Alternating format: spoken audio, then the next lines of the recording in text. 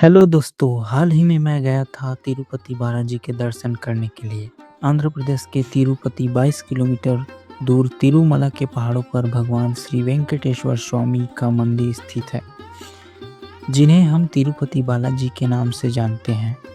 इस मंदिर में हर दिन लाखों की संख्या में श्रद्धालु श्री बालाजी के दर्शन करने आते हैं।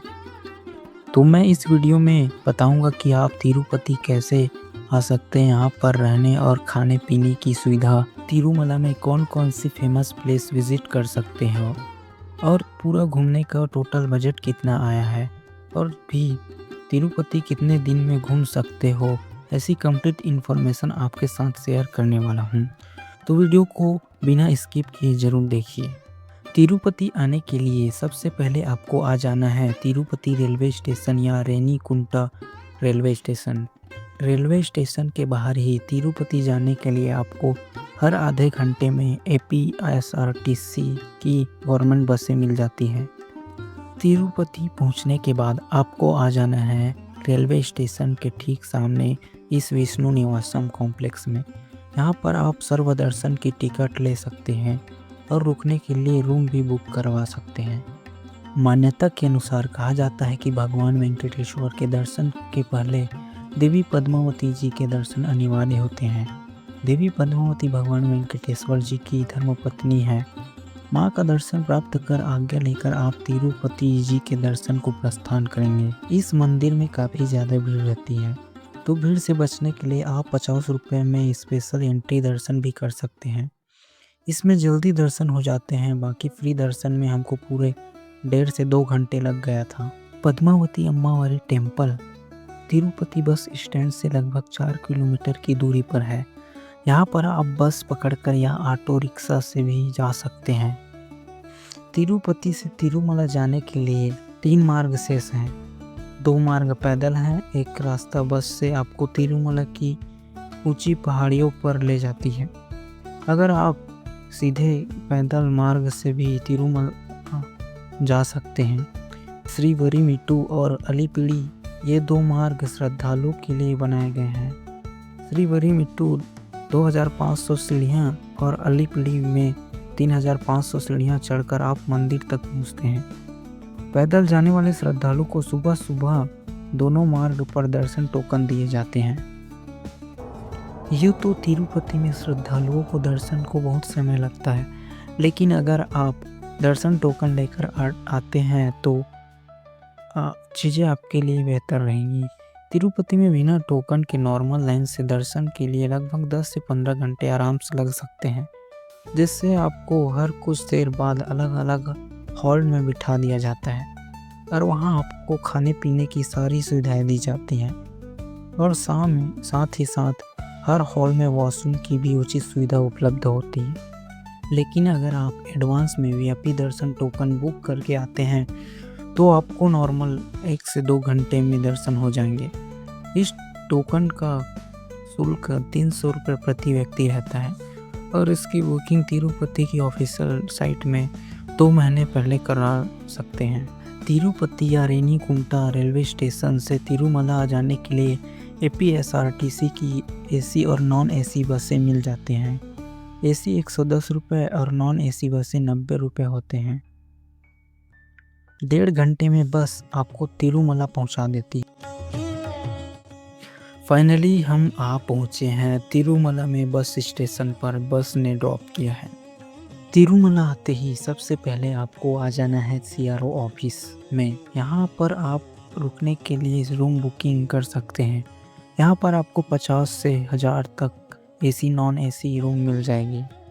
तिरुमला पहुंचकर आप मुंडन करवा सकते हैं और वहाँ पर मुंडन को गुंडू बोला जाता है।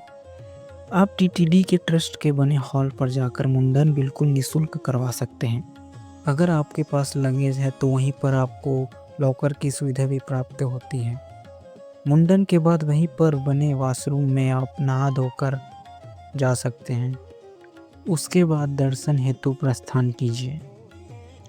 सीआरओ ऑफिस से थोड़ी दूर एटीसी सर्कल पर भगवान श्री वेंकटेश्वर स्वामी की यह सुंदर प्रतिमा स्थित है और इस जगह पर सभी लोग वेंकटेश्वर स्वामी के साथ फोटो खिंचवाते हैं।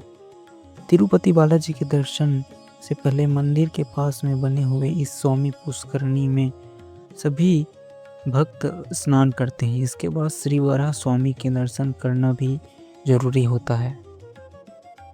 श्री बालाजी मंदिर के अंदर बालाजी की जो मूर्ति है वो किसी भी ने नहीं बनाई है। जब माता लक्ष्मी ने बालाजी को देख लिया था तब यहाँ पर वह स्वयं मूर्ति बन गए थे, इसलिए मूर्ति पर जो बाल है वह रियल है।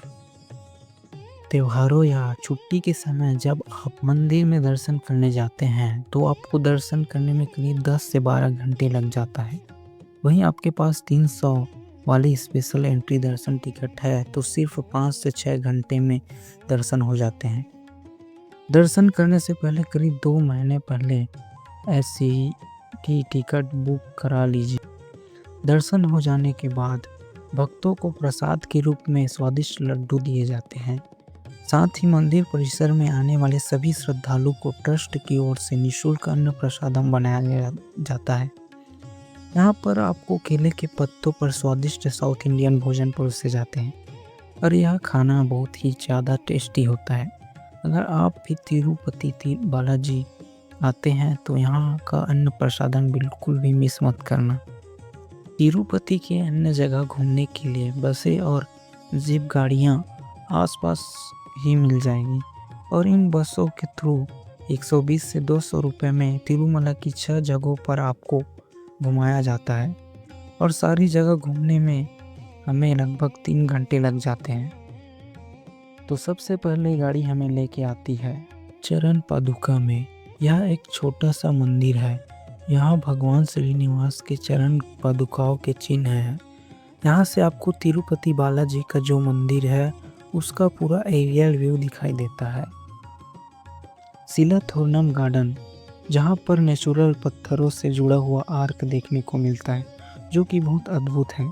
इस गार्डन में घूमने के बाद यहाँ से 2 मिनट चलते ही आप पहुँच जाएंगे ये वाली तीर्थ पर। इसी जगह श्री विष्णु जी का सुदर्शन चक्र गिरा था और इस कारण तीर्थ उत्पन्न हुआ था, इसलिए इस जगह को चक्र तीर्थम कहा जाता है। और यहाँ से 2 मिनट की दूरी पर एक और प्राचीन मंदिर बना हुआ है। ये जगह श्री वेणुगोपाल स्वामी टेम्पल के नाम से जानी जाती है। ये श्री कृष्ण भगवान का मंदिर है। वहीं यहाँ पर हाथीराम बाबा का समाधि भी है। हाथीराम बाबा श्री तिरुपति बालाजी स्वामी के बहुत बड़े भक्त थे। श्री वेणुगोपाल स्वामी के दर्शन हो जाने के बाद आकाश गंगा लेकर आती है। इसी जगह से श्री वेंकटेश्वर स्वामी के जलाभिषेक करने के लिए हर दिन पानी लेकर जाया जाता है। यहाँ का जो पानी है वह काफ़ी पवित्र माना जाता है, इसलिए आप भी अपने घर के लिए यहाँ का पानी अवश्य ले जाएं। पाप विनाशन तीर्थम पर माना जाता है कि यहाँ पर जो पानी बहता है वो भगवान विष्णु के चरणों से आता है। जो इस जगह पर स्नान कर लेता है उसके पापों का विनाश हो जाता है। तिरुमला से पाप विनाशन 5 किलोमीटर की दूरी पर है।